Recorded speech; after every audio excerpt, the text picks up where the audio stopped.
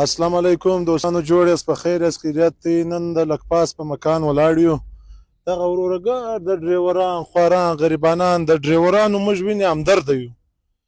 موږ خپله ډریوران هم یو، خپلې ګاډۍ هم لرو. چیرمین صاحب را سره ولاړ دی، دا ګرده ولاړ دی وروره.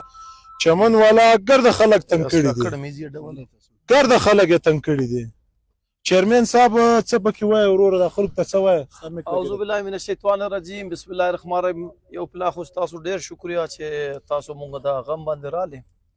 گزارش دی چې دا تقریبا 2 میاشت تقریبا 10 روز نه زیات سو گورنمنٹ یو پالیسی جوړ کړی دی چې مونږ صوبه کې کم چې بدنامني او کم چې دهشتګردي او هغه د پاره ګرده یو پالیسی سټیټ جوړ کړی دی، فیډرل گورنمنٹ صوبایي گورنمنٹ، چې دا پاسپورت سیستم کې هر ځای باندې سکیورټي ریزم باندې دا فیصله وکړي چې کم سړی چې زی افغان مهاجرین مدد کوه. هغه نه گورنمنٹ فیډرل گورنمنٹ اپیکس کمیټي کې مونږ چیف صاحب یو میټینګ وکړي چې ګرده ټرانسپورټ راوغواړه.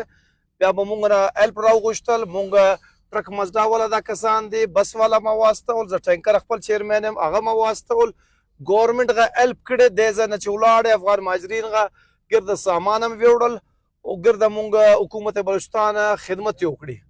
هلته اوس تقریبا 3 میاشت کېږي، اوس 3 میاشت پوره سو. هلته لغړیان دي، چمنین والا دي، هغه زموږ کسان ته په کلاشکوف زور باندې ودرولې دي. هغه نه ډیلی 1000 روپۍ غواړي، اشکنځلې کوي او هغه ګرده بند کړی دی. هغه به گورنمنٹ پالیسي باندې اشکنځلې کوي چې مونږ پاسپورټ څه ټیم پورې نه دی کړی دی، د ټرانسپورټ نه پرېږدو.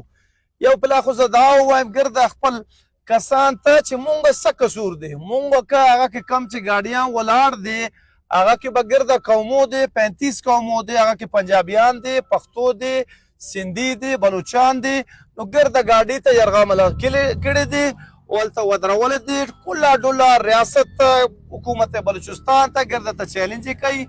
پرون 2 روز مخکې مونږ تقریبا 100 ګاډیان هغه شیشې مات کړي دي او بل چې دی نه دا مونږ 50 سے 60 کسان ته کلاشنکوف تماچو سره وایلی دي.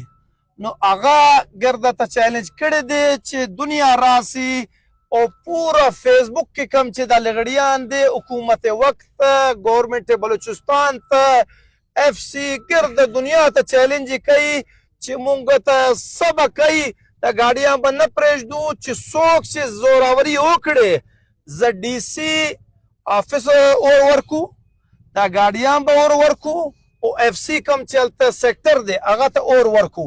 نو مونږ گورنمنٹ دا اپیل کوو چې دې باندې اف آی آر وکړه، دې باندې مونږ لار کلیر وکړه. هغه دپاره مونږ دا اړتال او احتجاج کړی دی او مونږ چې دی نه نن پر ورځ چې دی نه اته ځای باندې بند دي. دا نه چې مونږ لکپاس بند کړی دی، اب چوکي هم بند دي، کډه کوچه هم بند دي، غوزدار هم بند دي، ډیره مراد بند دي، سبي بند دي، میزي اډه بند دي، کوچلاغ بند دي، پشین بند دي او انشاءالله مونږ مطالبات نه ومنېدل. نو بیا چې دی نه سار یا شپې 12 بجې بیا به اجلاس کوو، بیا به ملکگیر اړتال کوو د لغړیان ته انشاءالله. والسلام. صدر صاحب که دا اړتال دی نه دغه کوي، دی نه کوي ختم، نو بیا به موږ ته چمکوڅه دغه به کوو. قربانه مونږ اوس ګرده سپلای مونږ سره تقریبا 8 ټرانسپورټران دي. دی کې آیل ټینکرز اسوسیشن دی، مزدا ټرک چیرمین دی، دی کې بس والا دی، دی کې مونږ ګرده متفق دی دا ظلم و بربریت غونډه ګردي کم چې اصلې په زور کوي او مونږ برادریان تلته اشکنځلې کوي. لغړیان حیثیت نسته.